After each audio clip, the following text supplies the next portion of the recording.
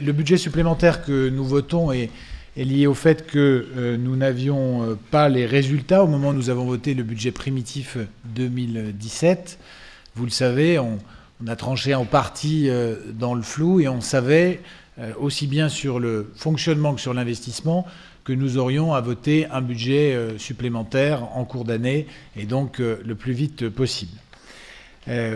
Alors, dans le détail, dans ce budget supplémentaire, vous avez à la fois du fonctionnement, vous l'avez vu, avec un montant en fonctionnement de 3 673 745.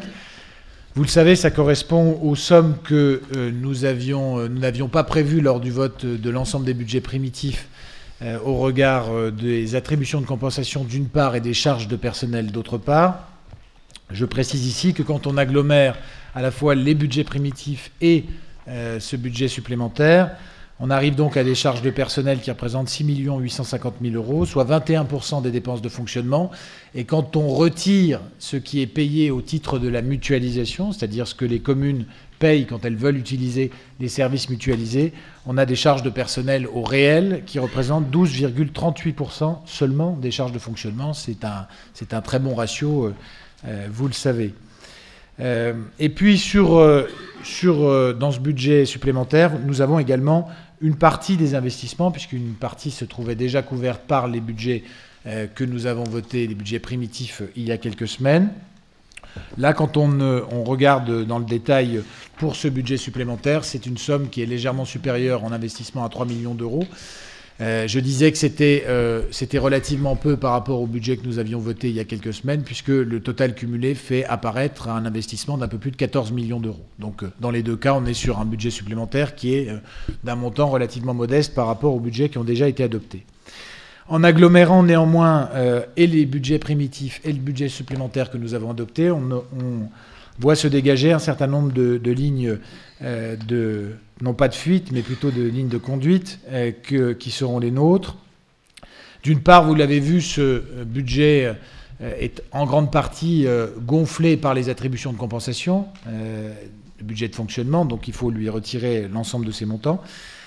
Et en investissement, on voit se dégager deux ordres de priorité principales qui recoupent ce que nous avons mis en avant dans le pacte financier et fiscal, c'est-à-dire d'une part le développement économique et touristique, avec par exemple les investissements au titre du musée de la mémoire à Mousset à hauteur de 960 000 euros, avec par exemple les investissements concernant les voies vertes à hauteur de 415 000 euros, avec par exemple les études de valorisation des abbayes et du château de Pierre-Percé.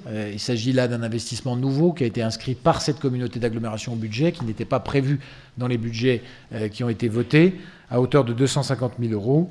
Et puis, deuxième priorité qui se dégage également, la question de l'équité et du niveau de service sur le territoire.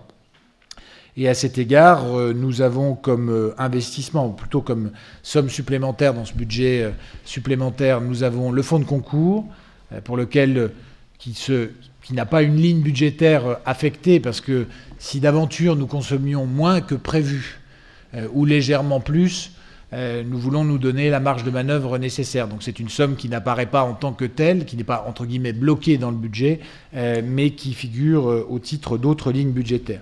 Donc nous prévoyons d'y consacrer en 2017 450 000 euros, qui seront donc redistribués aux communes en fonction de règles qui vous seront d'ailleurs proposées tout à l'heure et qui ont été étudiées par la Commission. Au regard également de cette équité et ce niveau de service, l'investissement donc sur la médiathèque intercommunale à hauteur d'1,2 million d'euros.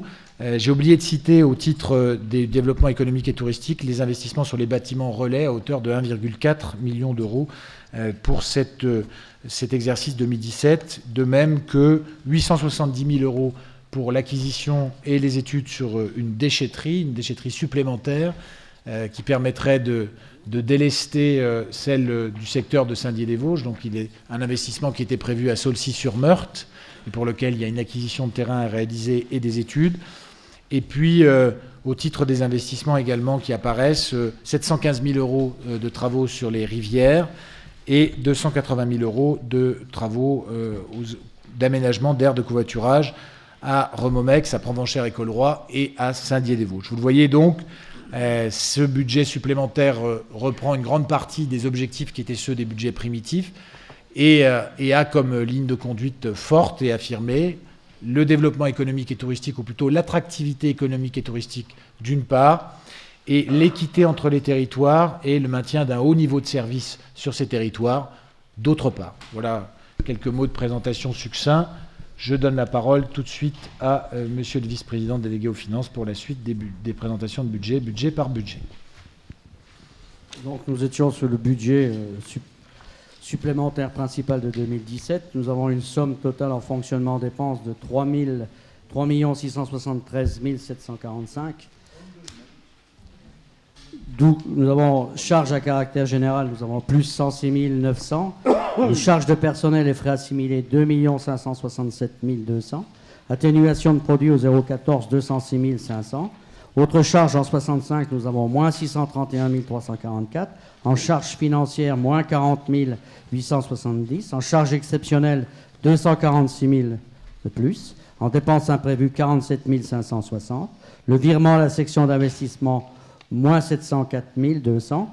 Et l'opération d'ordre de transfert entre sections de 75 999.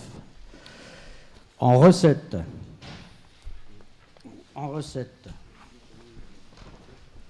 nous avons donc la même somme, puisque le budget est équilibré,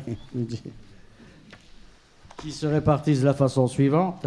En solde d'exécution reporté en 02, dont nous avons le résultat de 4 347 634,53. L'atténuation de charge de plus 30 000,47. Vous voyez, le 47, c'est pour équilibrer, pour faire le total juste. Produits et services du domaine et ventes diverses, nous avions enlevé 1 40 887,02. Impôts et taxes, nous avions 384 689 en plus. En dotation, subvention et participation, nous avions enlevé 65 927,98. En produits exceptionnels, 136 €. Et en opération d'ordre de transfert entre sections, de 18 100. Ce qui nous fait un total de recettes de fonctionnement de 3 673 745, qui nous donne un total d'un budget de 32 289 445. Pour les investissements. En investissement, nous avons remis 3 032 773,90. En emprunt et dette assimilée, moins 25 000. En immobilisation incorporelle, plus 100 000. Subvention d'équipement versée, moins 28 108. Immobilisation corporelle, c'est donc tous les investissements que Monsieur le Président nous a montré. Nous avions 2 123 108. En immobilisation en cours, 472 652. En participation aux créances rattachées, 1050. Autre immobilisation financière, 20 000. Opération pour compte de tiers, 264 465,90. Opération d'ordre de transfert entre sections, 18 100. C'est ceux que vous retrouvez là-haut. Et des dépenses imprévues de 87 005,90. En recettes, nous avions donc le solde d'exécution que nous pouvons mettre là, puisque nous avions les résultats, de 314 227,34. En dotation fonds divers et réserves de 280 000.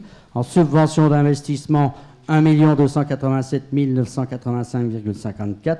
Emprunt et dette assimilée, 67 163. Autre immobilisation financière, 180 160. Produit de cession, 1 130 225,82. Opération pour compte de tiers, 401 213,20. Virement de la section de fonctionnement, moins 704 200. Et opération d'ordre de transfert entre sections, de 75 999, qui nous donne un total de 3 032 773,90 et qui nous donnait en investissement un résultat de 14 241 830,90.